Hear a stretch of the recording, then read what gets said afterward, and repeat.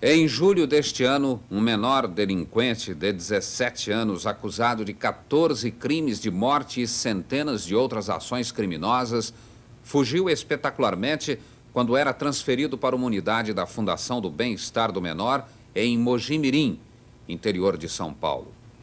No dia 10 de agosto, logo depois de completar 18 anos, Wilson Paulino da Silva, era esse o seu nome, foi morto por uma rajada de metralhadora ao cabo de um cerco policial que durou vários dias. Morria Wilsinho Galileia, o bandido menino da crônica policial. Wilsinho entrou atirando, disseram os policiais. Wilsinho foi fuzilado, dizem seus companheiros que assistiram ao tiroteio. Saber se ele foi ou não fuzilado talvez não seja o mais importante. Mais grave é que Galileia não era e não é o único. São centenas de milhares de menores delinquentes no Brasil. Há quem fale em milhões de outros garotos tão violentos e sem esperança quanto ele. Por isso, o Globo Repórter realizou este programa, não para simplesmente retratar a carreira de um menor delinquente, muito menos para tomar partido, mas para tentar encontrar resposta para esta pergunta. Por que se criam delinquentes como Wilsinho Galileia? Que fatores os alimentam? Até quando continuaremos a criar os Wilsinhos Galileia? Onde está o nosso erro? É importante saber, afinal, estamos às vésperas do Ano Internacional da Criança. Jenny! Oi? Você vai ficar ou você vai embora, Wilsinho? Escuta, você vai ficar ou você vai embora? Eu vou ficar? Mas o que há? Wilsinho, pelo amor de Deus, você vai ficar ou você vai embora?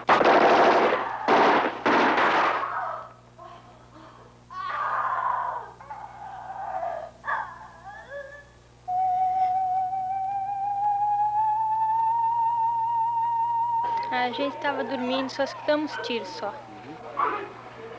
E não souberam como é que foi, nada? Não. A gente escutou, né? Porque a gente mora aqui, mas quer dizer que a gente não sabia de nada, não sabe nada como foi. E não tinham percebido o movimento aí antes? A gente via qualquer coisa, mas não sabia o que era. A senhora sabia do Wilsinho? Eu só soube no dia mesmo que mataram ele. Vai falar a verdade pro senhor, eu estava assistindo televisão quando escutei uns tiros, só isso, mais nada. Não posso explicar mais nada. O senhor não veio ver? Não, que eu fiquei com medo das balas, né? Que o juiz Gomes, escuta o juiz Gomes no rádio, ele fala sempre, quando escuta tiro, não sai pra fora, num banco é curioso. Só isso que eu posso explicar pro senhor. A senhora viu alguma coisa? Ah, eu vi o barulho, né? Na hora do tiroteio, aí eu vi, né? A casa é bem em frente da senhora aqui. A casa bem feita. Levou um tiro no portão, outro tiro aí no muro. Depois do caso passado, a gente saiu tudo aqui no portão e viu, né? Muita gente, as polícias. Vocês não perguntaram? Ah, não, né? Ninguém, todo mundo com medo de perguntar. Vai perguntar o quê? Nada. Era muita coisa perguntar da Estela. Muita coisa, não dá pra... Todo mundo ouviu, mas quando é na sua casa. Ouvimos só os tiros e mais nada. Só isso.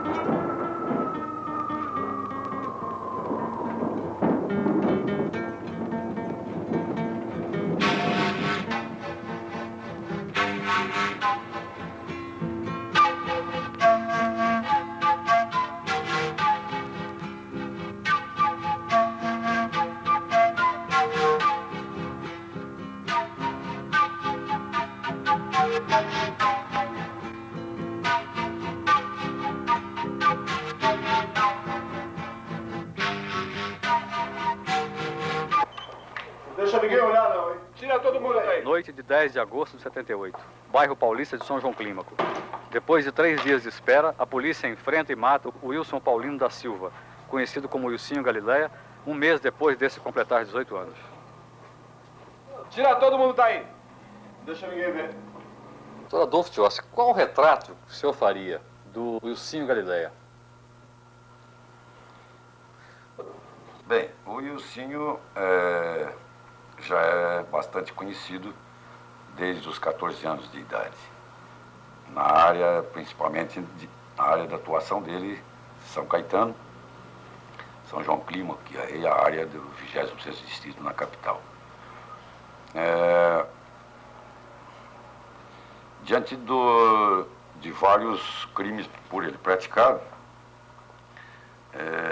nós vemos um principalmente com uma grande perversidade, ocorrido aqui quando ele se encontrava recolhido à cadeia em cela especial da cadeia de São Bernardo, em que ele matou um companheiro, um outro garoto, enterrando uma caneta esferográfica pelos ouvidos.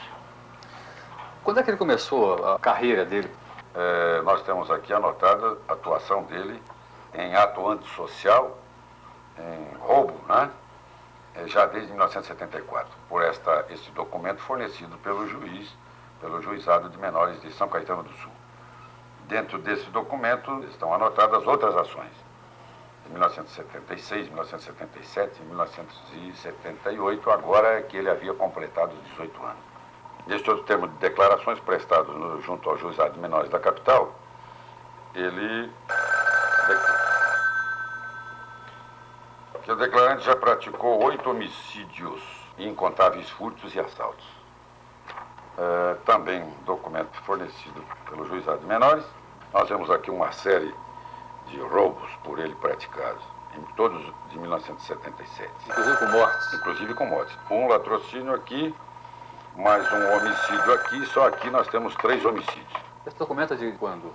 Esse documento é do dia 10 de agosto. No dia da morte do Wilsinho Galileia. O Wilsinho Galileia nasceu no interior do Paraná no dia 13 de julho de 1960.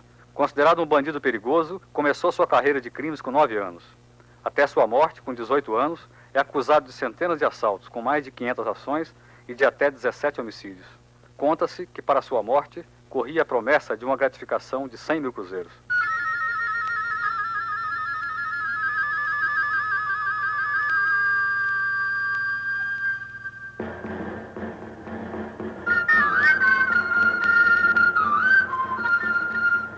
A atuação dele é verdadeira. Ele era um indivíduo frio.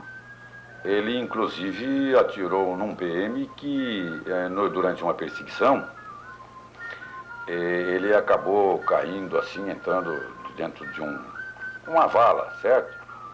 E, ao ser retirado, pediu para que o policial o puxasse pelo braço.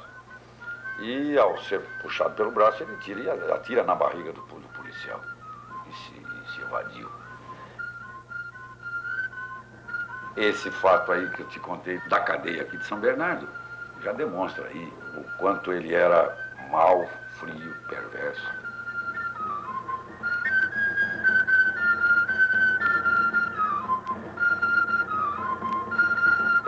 Veja em seguida. Wilsinho dispara 4 mortos a sangue frio. Os assaltos da quadrilha. No bairro onde ele morava, quem tem medo de Wilsinho Galileia?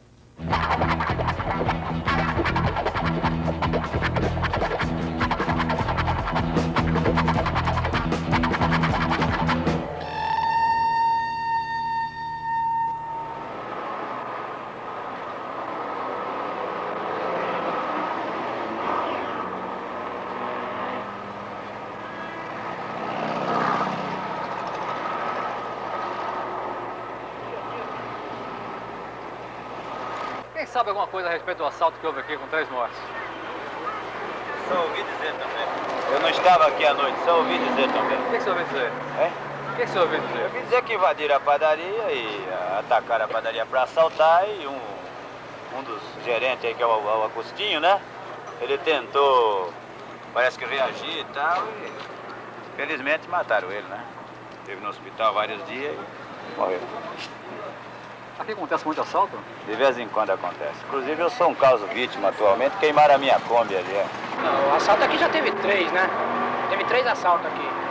Agora o penúltimo que são essa morte aí. O pessoal é muito violento quando assalta, não? Alguns são, outros não, né? assaltantes são mais velhos ou são garotos? Tudo rapaz novo, entre a idade de 24 e 22. Você era dono daquela padaria, Ribeirinho, quando foi assaltado ano passado? Meu irmão. Meu irmão? Como é que foi esse assalto, hein? Tá, 7h30 da noite, cheio de freguês. Eles entraram com tudo. Um entrou pra caixa, dois ficou na porta. E tinha um rapaz mecânico tentando uma geladeira. Tinha um rapaz mecânico tentando uma geladeira, se virou e falou que não era hora de assalto. Levou um tiro. E meu irmão gritou, né? Pelo amor de Deus, não atira mais. Não mata ninguém mais. Levou também um tiro. E um outro senhor fofoqueiro que estava fora da padaria também levou um tiro. Os três, infelizmente, faleceram. Você sabe que o assaltante era o Ursinho Galileia? Não tinha bem certeza, mas depois que eu li no jornal, fiquei sabendo que era ele. Os três morreram onde? Parece que um morreu aqui e o outro, os outros dois no hospital. Um morreu 30 dias depois e o outro 90 dias depois. Um que morreu na caixa? É. Era um sócio daqui. Ele estava aqui na caixa? Tá. O outro foi atirado onde? No mecânico? Aqui no canto. Ele estava saindo dessa porta pra cá quando meteram fogo, pegaram nele, morreu, caiu aqui mesmo. O terceiro parece que foi fora.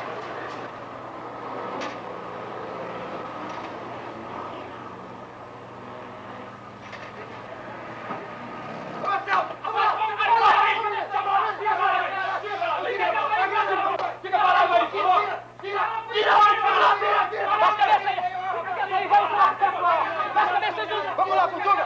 Passa essa grana aí! Rápido! Abre a gaveta! Se dentro queima! Vamos! Dá a grana aí! Solta do Moradão!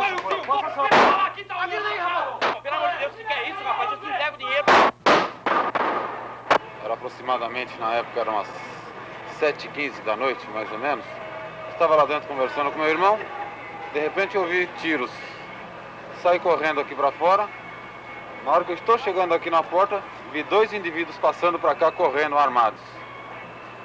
Nesse intervalo, pensei que já tinha se concretizado o assalto. Saí, fui conversar com um amigo meu aí do lado a respeito do assalto. Vinha saindo o terceiro elemento de dentro da padaria aqui, justamente que era esse tal de Ursinho. Então, na época, houve o seguinte, tinha um senhor sentado aí nesse degrau, que se assustou e levantou para ver o que tinha acontecido. No que ele fez aquele gesto... Vamos lá, Ursinho, puxar o carro! Ursinho!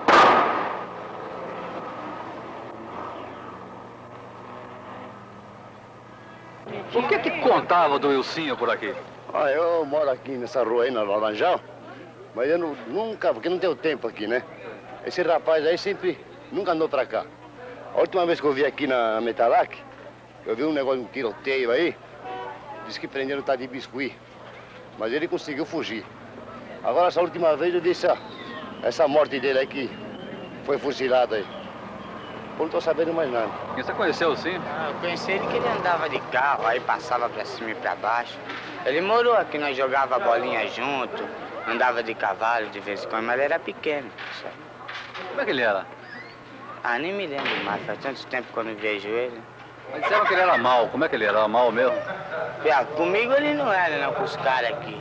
Ele jogava bola aí, tudo, depois começou a virar marginal, né? Começou a assaltar, vir de carro, aí pra baixo, pra cima.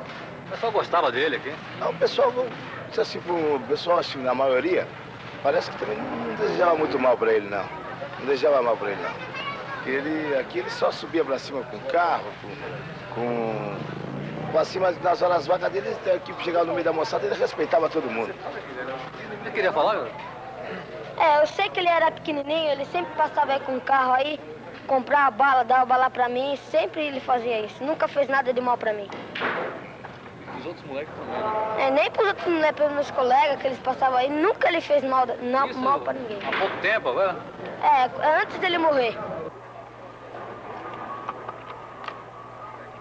Abril de 77, assalto e morte de um estudante de medicina.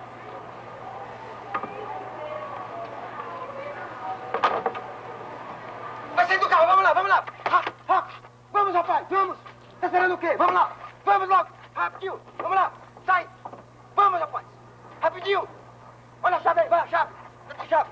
Cai fora, cai fora! Pera aí, rapaz! Vai embora, cara! O que tá esperando aí? Vamos pôr o carro aí na rua, você vai pegar justamente o meu. Você é uma criança. É, só um menino.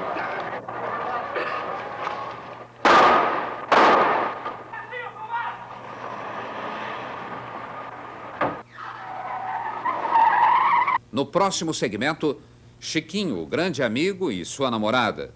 A mãe de Chiquinho se lamenta.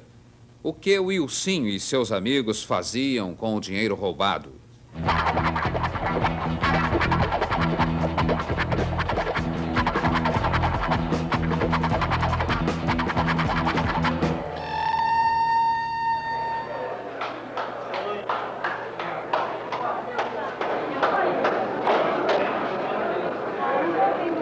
Você que é o Biscuit? Sim, sim. Como é que é o seu nome? Zé Carlos Rodrigues. Você tem quantos anos? 18, 19. Você veio pra cá quando? Esse ano. E como é que tá a sua situação aqui? Boa. Tá muito boa, né? Que tá aí preso, né? Vai tirando, né? Você tá condenado? Não, não tô condenado ainda. Tá com processo? Tô com 2 processos, o flagrante já foi relaxado. Agora tô com preventiva. Como é que você conheceu o Wilsinho? Conheci ele em 76, num baile, certo? Que eu tava meio embriagado, ele foi levar pra minha casa. No veículo indo pra minha casa, chocou o tático móvel com o carro que nós estávamos, certo? Aí então todos eles correram e o tático móvel baleou o carro e eu perdi a vista e fiquei cego. Foi em 76 de junho, a data eu não me lembro, o dia, certo? Aí eu fui pro hospital, me judiaram ainda, certo? E quando eu saí do hospital, continuei trabalhando, certo? Mas vi que o trabalho não dava. Eu perdi a vista. Você tentou trabalhar em quê? Eu trabalhava de prensista, Minotec, na rua São Silvestre. E não dava? Dava, mas é sempre aquela micharia, 2.000 cruzeiros, certo? E uma vista só trabalhando nas prensas de pedal, era muito perigoso, certo? Aí eu resolvi roubar. Esse ano eu fiz um assalto e não fui muito bem. Você fez assalto com o Wilsinho? Sim, só com ele. Que tipo de assalto vocês faziam? Mão armada. Como é que era o Wilsinho nesses assaltos? Ele era muito valente, muito bravo? Ele não era muito periculoso, não, certo? Quando ele mandava a vítima descer do veículo, se não descia, nós metia bala, certo? Mas se descia numa moral, ele não fazia nada. Não gostava que ninguém xingasse ele. Se xingasse também, ele metia bala. Chiquinho e Patrícia, que no dia estavam detidos na casa onde foi morto o Wilsinho Galileia. Conta, como é que você conheceu o Wilsinho? Eu conheci ele na casa da Geni. Foi um dia de manhã. Foi logo que ele saiu, que ele fugiu da FEBEM. Eu morria de medo dele, não queria conhecer ele nem morta, porque a fama que ele tinha era péssima. Depois... Essa fama dele corria por aí? Corria, todo mundo falava que ele era um cara violento, que ele matava à toa. Depois, logo que ele fugiu da FEBEM, eu fui na casa da Geni, eu e o Chiquinho. Encontrei ele lá, mas ele não parecia ser nada disso, sabe? Que com a gente ele era legal. Ele era sério, era fechado, falava muito pouco, sabe? Mas com a gente ele não era violento, não era nada disso que diziam. Conheci ele na rua, né? Foi até um dia que o Biscuit me apresentou ele, que ele estava com uma Brasília. Aí ele chamou eu e o Biscuit pra sair pra queimar um fumo junto com ele. Aí saímos, chegamos no ginásio, paramos lá e começamos a trocar uma ideia e tal. Aí saímos, fomos dar uma volta.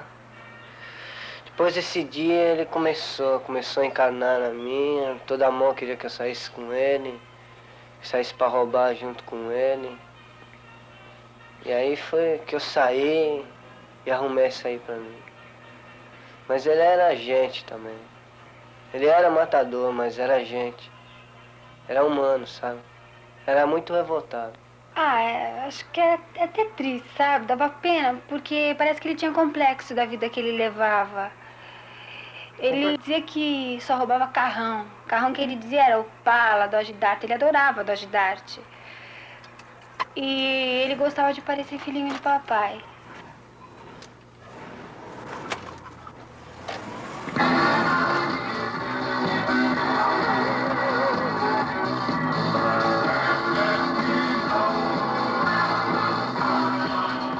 Ele gostava de fama, sabe? Gostava, ele gostava. Ele adorava aparecer em jornal. Ele fazia tudo isso mais para aparecer.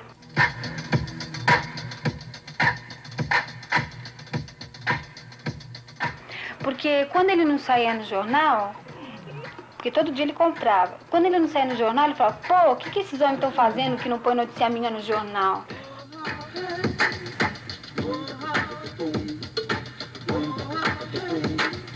Sabe que eu acho que isso tudo que aconteceu com o Wilson, eu acho que também é um pouco culpa dos pais, sabe? Porque já que os pais dele não podiam dar tudo que ele queria, podiam ter dado pelo menos uma formação melhor.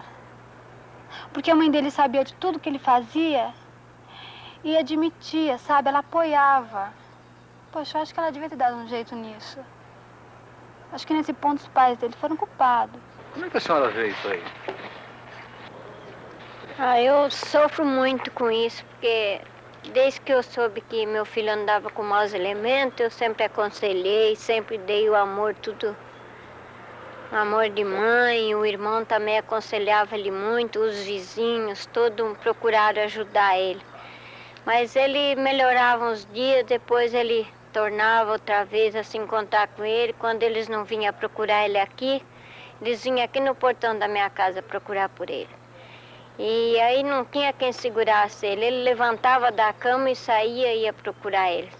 Eu chorava, pedia, até de joelho, pedi muitas vezes para ele que largasse essa vida, que fosse trabalhar, que meu irmão trabalha. Eu sou viúva, ele não tem pai, mas eu dei o carinho que ele merecia, tudo.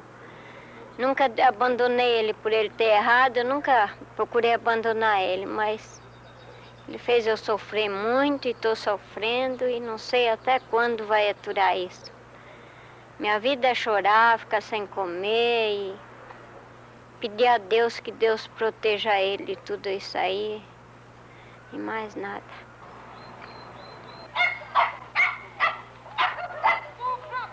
A gente se encontrava na Alencar.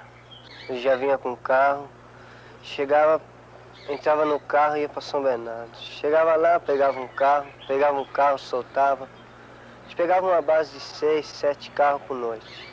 E aí eu juntava um dinheirinho que pegava dos caras dos carros e ia para Santos. Chegava lá, se divertia, ia nas boates, tudo, parquinho. A gente tirava uma de filhinho de papai, de criança, isso que a gente fazia. Usavam armas, tudo? Tinha arma, tudo. Como conseguiu essas armas? Não sei, ele que descolava.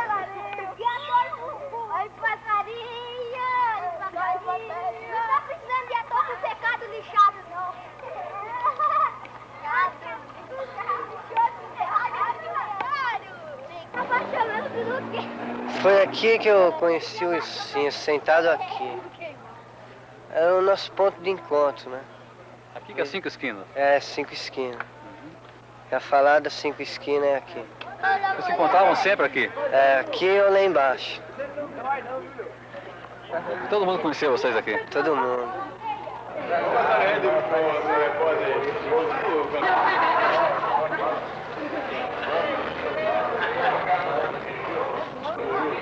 Você é ridículo, professor.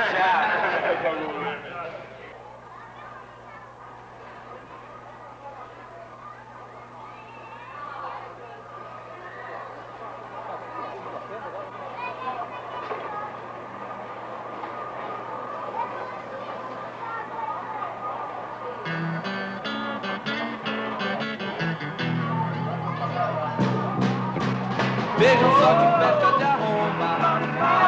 No outro dia eu fui parar. Presente no local, o rádio e a televisão. Cinema, 1000 jornais, muita gente em confusão. Quase não consigo na entrada chegar, pois a multidão estava de amargar. Que onda de festa de arromba. Logo que eu cheguei e notei Bode com um copo na mão. Enquanto o crime lógico tocava o avião, apresentando a todo mundo ele pavão. Vanderleia ria, inglês desistia, e agarrado soube que do carro não saía. Que onda, que festa de arromba. Mas vejam quem chegou de repente. Carlos com seu novo carro. Enquanto Tony e Dedé. A seguir, o pranto pelo filho morto num cemitério de São Paulo. Dona Eliete, mãe de Wilsinho, conta como o filho se tornou delinquente.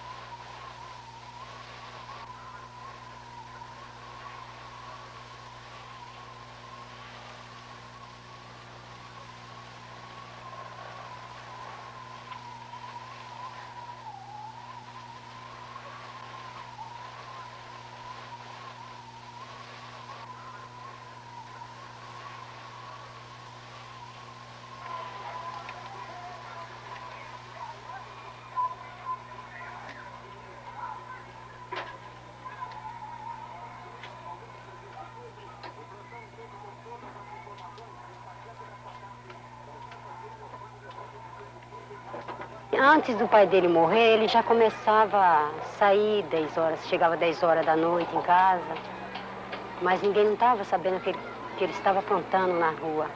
Ele estava com quantos anos? Ele estava com mais ou menos 7 anos. E ele saía com os coleguinhas, mas ninguém não sabia o que era que ele estava aprontando com os colegas. Depois, uma vez, o pai dele foi buscar eles no juizado de menor, mas foi passagem leve, não foi só... Eles pegavam na rua, sem fazer nada na rua. E o pai dele saía e falava assim, o que você anda fazendo na rua? Não, pai, eu ando brincando. Eu estou brincando, não estou fazendo nada. Quando era ali para as 11 horas, meia-noite, chegava 8, 5, 6, 7 moleques, chamava eles. Nós estávamos dormindo. Eles abriam a porta e saíam, com 10, 12 moleques para a rua. Chegava no outro dia. Ele era um menino bom, menino obediente. Aí que eu fiquei doente, fiquei de dieta, fiquei doente. Eu não podia falar nada, a casa tinha 30, 40 moleques. Eu estava doente e não podia falar nada. Sempre conselho estava dando para eles, todo dia, mas não adiantou mais. Eles me obedeciam. Ficava aquela noite em casa, mas os outros vinham buscar ele. E a casa que eu morava não era casa que tinha chave, assim, fechadura, você entende? Quando era lá para meia-noite, ele saía. Quando eu acordava um pouquinho, não tinha mais ninguém. Arrumei um serviço, depois da morte do pai dele. Trabalhei um mês. Depois de um mês, eu cheguei em casa. A hora que eu cheguei em casa, tinha uns 40 moleques dentro de casa, uns com revólver, outros com negócio de tóxico. Quando eles me viam, corria para a rua. Daquele dia eles não voltavam mais. E a polícia ia levando eles. Levava hoje, amanhã ele soltava. Batia bastante, ele soltava. Depois, no outro dia, vinha buscar outra vez. Ele era o menino mais revoltado com a polícia, que ele não podia ver polícia na vista dele. Ele até chorava. Falava, mãe, eu estou em ponto de ficar louco.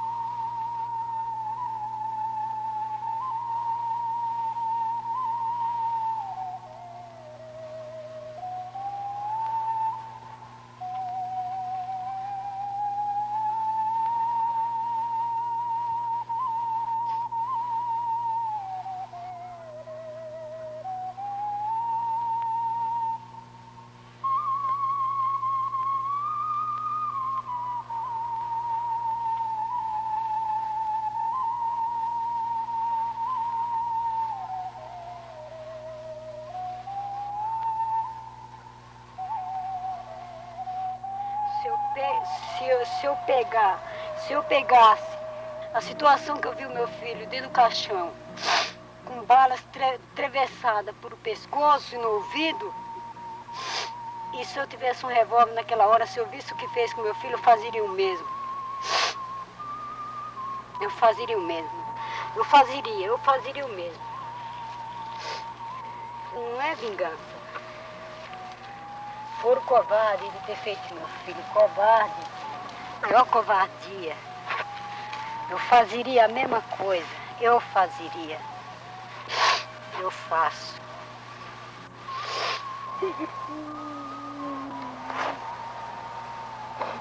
Eu converso só com isso, mãe.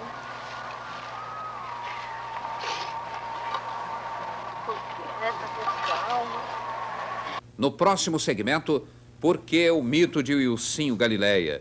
Como se cria um bandido como ele?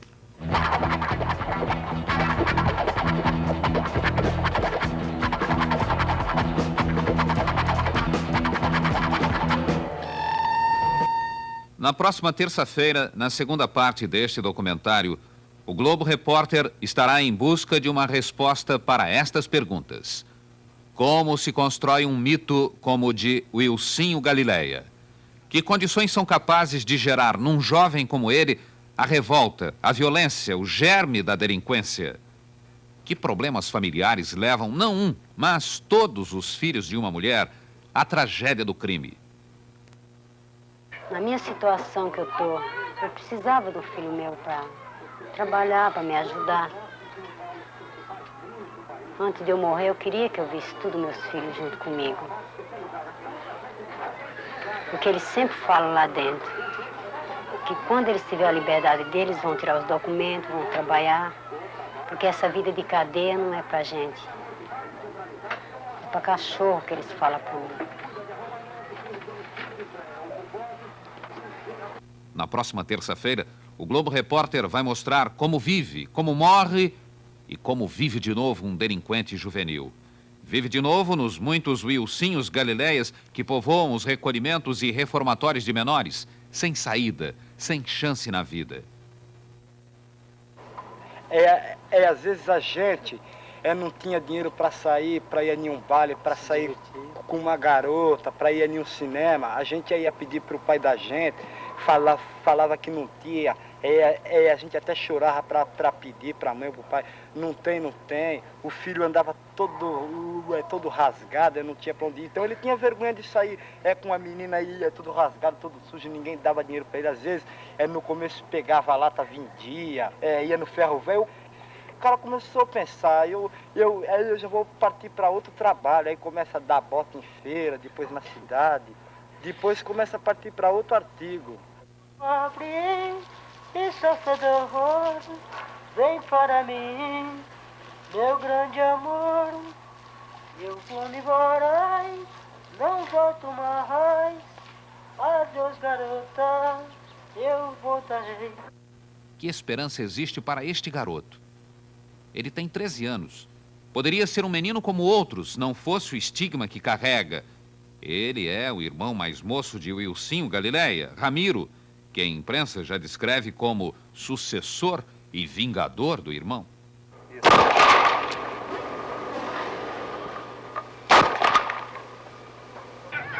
Eu estou perguntando para ele se ele estava com alguma cisma, se era polícia, que ele pensou que era polícia, por isso que ele correu, certo, né? Pensou que era polícia? É, senhor. Pensei que era polícia. Como é que você está agora? Pode falar, Ramiro, o que você sente? O que você quer falar, refém, a morte do seu irmão? Mas agora tá pior a minha situação. Eles estão vindo aí em casa e eu não posso dormir direito em casa. O Wilson não acreditava naquilo que nós falávamos. Difícil lidar com ele realmente. Ele realmente não contava com a vida. Não foi mau menino. Impulsivo, né? Impulsivo e explosivo. Alterado, mas com a gente ele era muito respeitoso. Trabalhava, obediente, conversava pouco. Ele mostrava apatia e descrença total. Foi pena, né? Moço novo, né? E bastante realista. Expectativa de vida ele não tinha. Não me deu trabalho. Deu no que deu. Dá pena ser assassinado assim, Mas ele estava procurando também, né? Pra gente, com a equipe técnica, ele teve sempre um bom relacionamento. Ele, assim, alterado, mas com a gente ele era muito respeitoso. E a gente tinha certeza, ele sempre colocava pra gente aquilo que ele queria fazer. Ele realmente não contava com a vida e a gente fez tudo para tentar modificá-lo, mas deu no que deu. Deu no que deu. A professora e o psicólogo de Wilsinho e o diretor do reformatório por onde ele passou e de onde fugiu mais de uma vez não conseguem explicar sua rebeldia e violência. Aqui, Wilsinho começou sua peregrinação pelas prisões como menor delinquente, sob a mira constante da polícia. Pela ficha clínica, nós constatamos que é um menor que vinha sempre com fraturas e com ferimentos com intercorrência da polícia, né, com esses problemas assim. Oi! Olá! Vem! E onde você estava que você demorou tanto assim? Nada, tava dando uma banda. Já é tarde, onde você foi? Nada, tava dando uma banda, né? Vocês foram roubar, né? Não, mas que roubar? Eu falei pra vocês, olha aí, Geni, eu falei... Tava roubando mesmo. Na próxima terça-feira, o Globo Repórter vai entrar na casa de Geni, a companheira de Wilsinho Galileia, para descobrir mais sobre sua vida e a de seus amigos que estavam ali no dia de sua morte. E pelo relato das testemunhas presentes na hora do tiroteio que liquidou Wilsinho, o Globo Repórter fará a reconstituição da cena.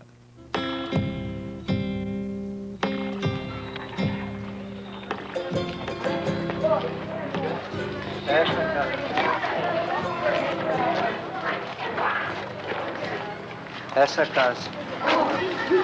E que hora que foi? Por volta de umas 10 horas, mais ou menos, da noite.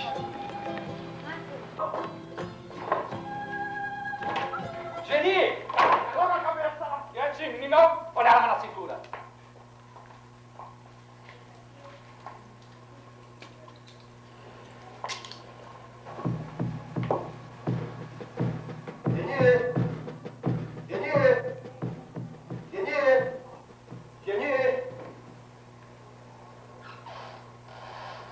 Oi. Você viu o Chiquinho? Sim, você vai ficar ou você vai embora, hein? Vou ficar? Mas o que há? Wilsinho, pelo amor de Deus, você vai ficar ou você vai embora? Mas o que há?